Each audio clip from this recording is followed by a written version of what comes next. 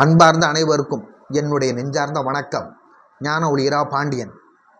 ஆற்றலை ஆக்கவோ அழிக்கவோ முடியாது. ஆற்றல் ஒரு விதத்தில் அழிந்தால் இன்னொரு விதத்தில் வெளிப்படும் என்பது அறிவியலின் விதி. ஆனால் ஆன்மீகவாதிகளின் வாதம் என்னவென்று தெரியுமா? ஆத்மா ஒன்று இருக்கிறது, இந்த ஆத்மா என்றும் அழியாது என்பதுதான் இவர்களின் வாதம். ஆனால் கடவுள் பக்தி இல்லாதவர்களின் வாதம் என்னவென்று தெரியுமா? உடல் இருக்கின்ற வரை உயிர் இருக்கும், உடல் மறைந்தவுடன் உயிரும் மறைந்துவிடும், ஆத்மா என்ற ஒன்றே கிடையாது என்கிறார்கள். இப்படி இருக்கின்ற நிலையில் ஆன்மீகவாதிகள் என்னதான் சொல்கிறார்கள்? பால் இருக்கிறது, அந்த பால் ஒரு சில நாட்கள் தான் இருக்கும்.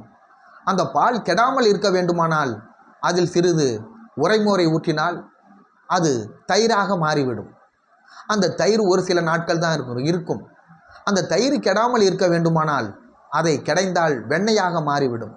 அந்த வெண்ணெயும் சில நாட்கள் தான் இருக்கும்.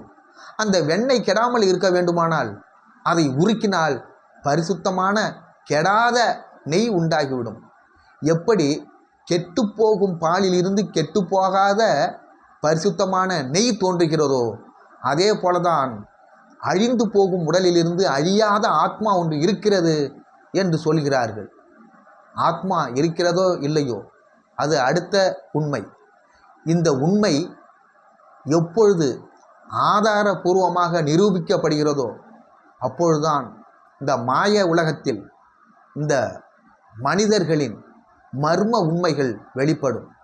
இது ஆதாரபூர்வமாக எவராலும் நிரூபிக்கப்பட முடியுமா என்பதுதான் கேள்விக்குறி.